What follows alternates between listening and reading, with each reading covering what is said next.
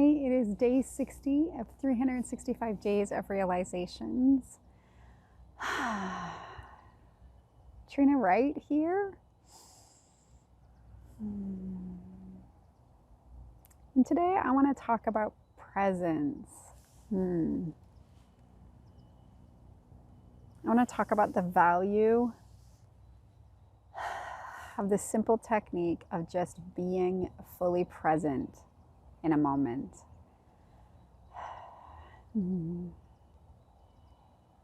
What does that even mean? And what does that even look like? Even as spiritually conscious beings choosing to be on the spiritual path, there's moments where we just get caught up in things. We get caught up in the physicality of things. We get caught up in the doing of things. And it can happen so quickly. And it can happen even when we don't want it to happen, you know? And so here I am in the forest, in a park that's pretty much right in town, but it's like a really nice, I'm sure you can see behind me, there's some houses over there, and up there's a school, but it's really a quiet space. And I put my jacket down and decided to just sit here and practice presence. And, you know, like yesterday when we talked about meditation, it's an interesting thing. It's an interesting thing to think already, you know, when you're on the spiritual path, oh yeah, that presence thing. Like there's so many times that we just think that we know things. We think that we sort of mastered them and can move on.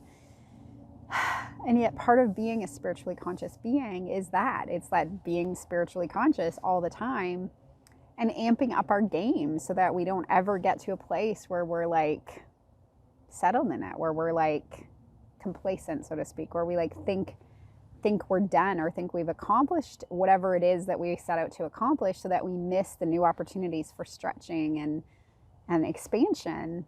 And it reminds me of, I've shared before that I practice yoga every day, and I just do it with these little flashcards in my bedroom with my aligned partner. And so it's us doing it on our own, but it's being conscious. And I've been practicing it now for over a year, every single morning, you know, between, I don't know, 40 minutes,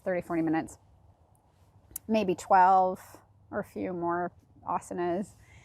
And I have noticed some of them getting easier, and now having to amplify it and move my starting point to a different place, because that's one of the things I've always loved about that, the physical component of yoga is, you know, that idea of stretching to your stretch point. Like it's not about hurting yourself. It's not about it being painful, but it's about just leaning into that little stretch. So the edge, taking yourself to that edge where it's not so comfortable. And that's a cool thing to think about and use in every aspect of our spiritually conscious intentionality on the spiritual path, because we can also, like with everything else in life, we can just get complacent. And if we practice all of these things like meditation, like presence, then we're much more likely to notice when we let the delusion come back in, when we let the illusory life, so to speak, take us. And it's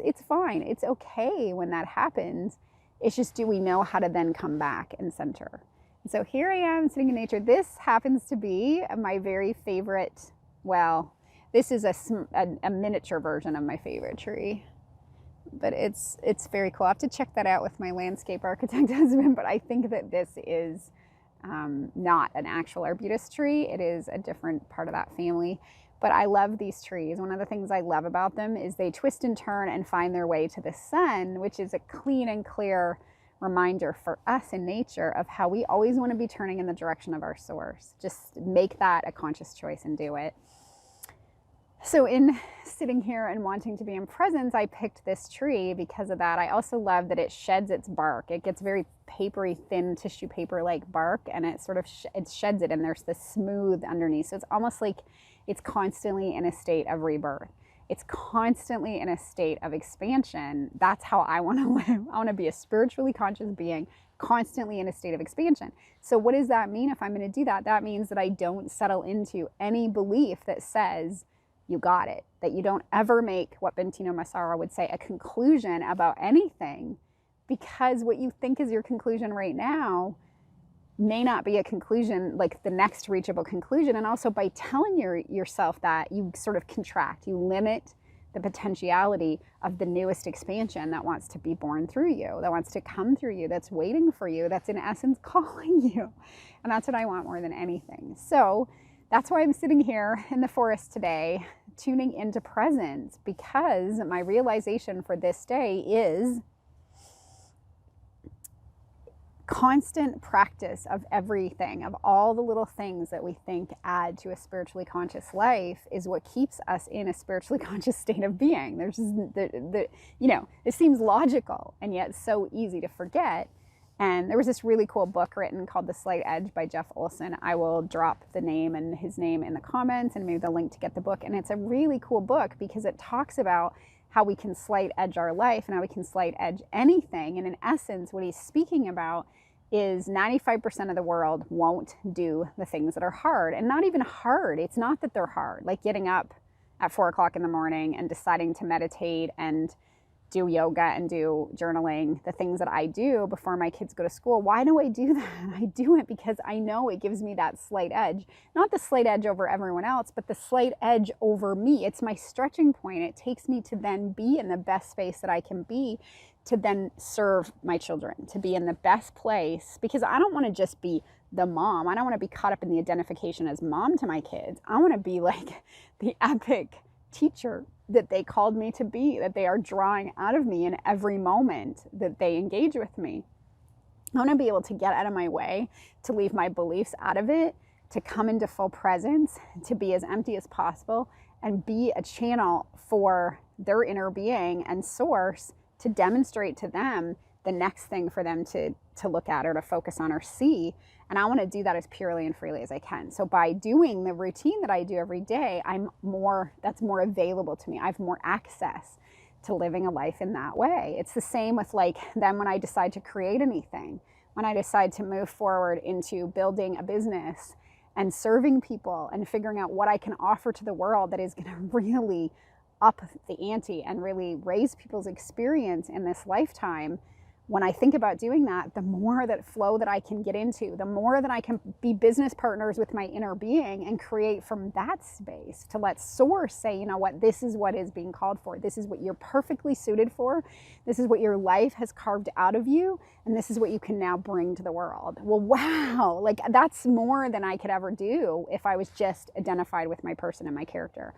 So that's why I choose to do it. That's the slight edge that I am attuning to and leaning into. And so I see another aspect of the slight edge is, yes, know what those tools and techniques are that help you or may have just helped you, but don't leave them in the dust. Don't be like, yeah, that's for kindergartners. That's for spiritual babies, spiritual dummies. I'm way past that. Be like, you know what?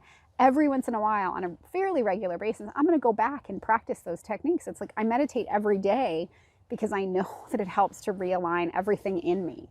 There's this magic that just kind of happens when I open up to my inner being in the universe, where I can attune my frequency back to source. That's part of what I see as meditation. So now this practice that I'm just going to do with you for a few minutes of being in presence, and what a beautiful place to practice it, in nature. Let's just be quiet for a moment and just listen and attune.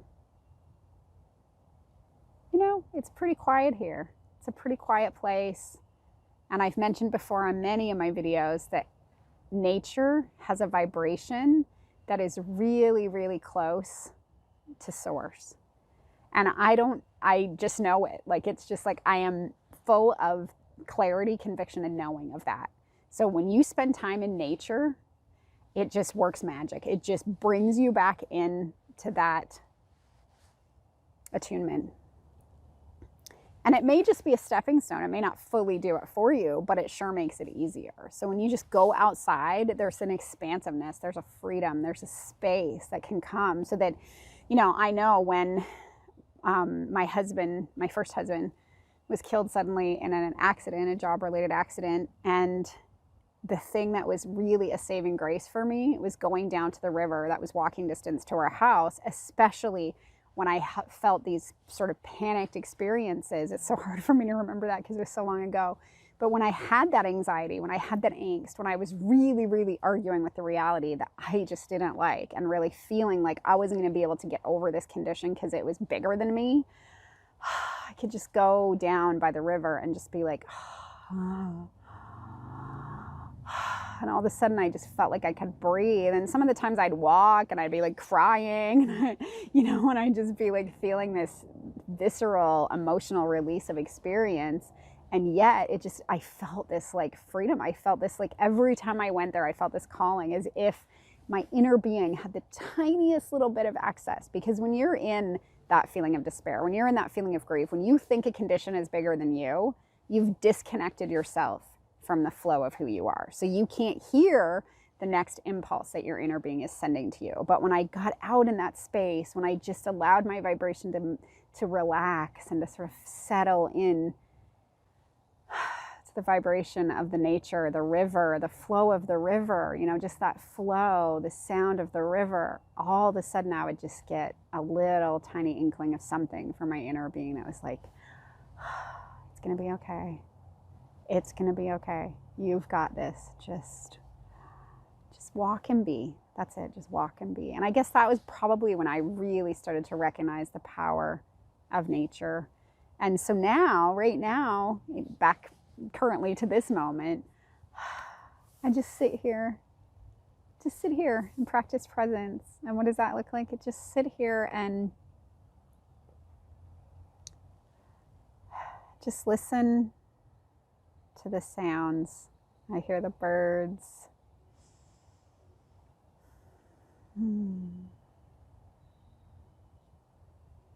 I do hear the kids playing at the park. I hear the little rustling. And just as I was sitting down, getting comfortable to do this video, I saw this really large jackrabbit just do a little circle all the way around me. And it was just the coolest thing. My partner and I had just been talking about them on our way here. And so I had gotten to have that little gift of seeing it. And so it's like that presence, like as I sit into the presence, what can I experience? What can I feel? What can I tune my awareness to that is different than when I'm caught up in the life stuff, when I'm caught up in that kind of hecticness, especially today being a Saturday and my kids are both home from school and my older daughter's boyfriend's there. So there's more excitement at my house than normal. Just to take that breath and just feel the fresh air on my face, the smell of springtime in the air.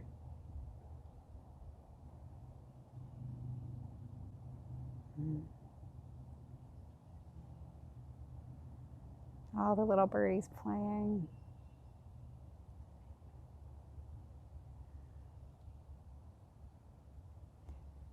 And just be in this space of like, I give myself to this moment. And you certainly don't have to be outside. You could do this anywhere. I just really think it primes it to practice it in nature.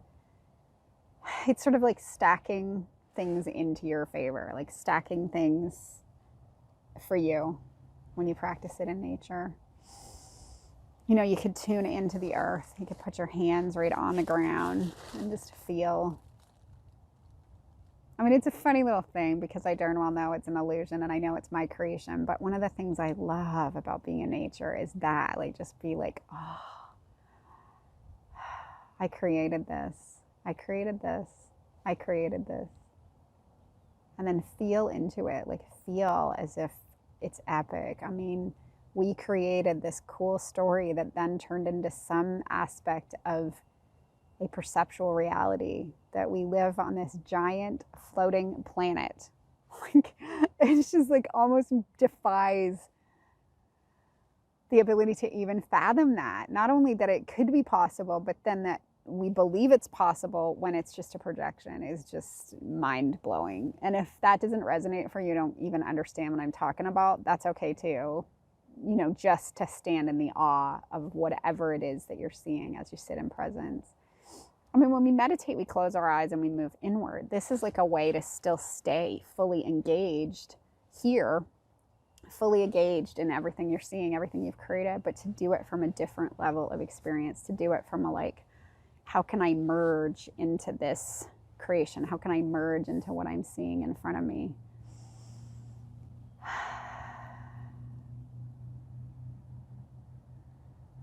The leaves are dancing in my little tree behind me. So cool.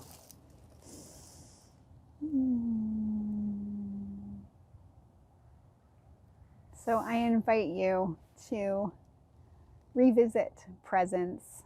Just engage in the feeling of being fully in a moment. Just completely and fully give yourself to a moment. Give yourself to all of it. Give yourself so fully. Let the sights, let the sounds, let the sensations, let the vibrations, though they're invisible, just let yourself feel them. And if it helps, just amplify it with your imagination. Like every time you see one of the little leaves dance, or every time you feel a tiny bit of wind, I just felt some wind in my face, and just see it as the vibration of everything. The trees, I can feel it. The trees are sending me love. And I feel this oneness.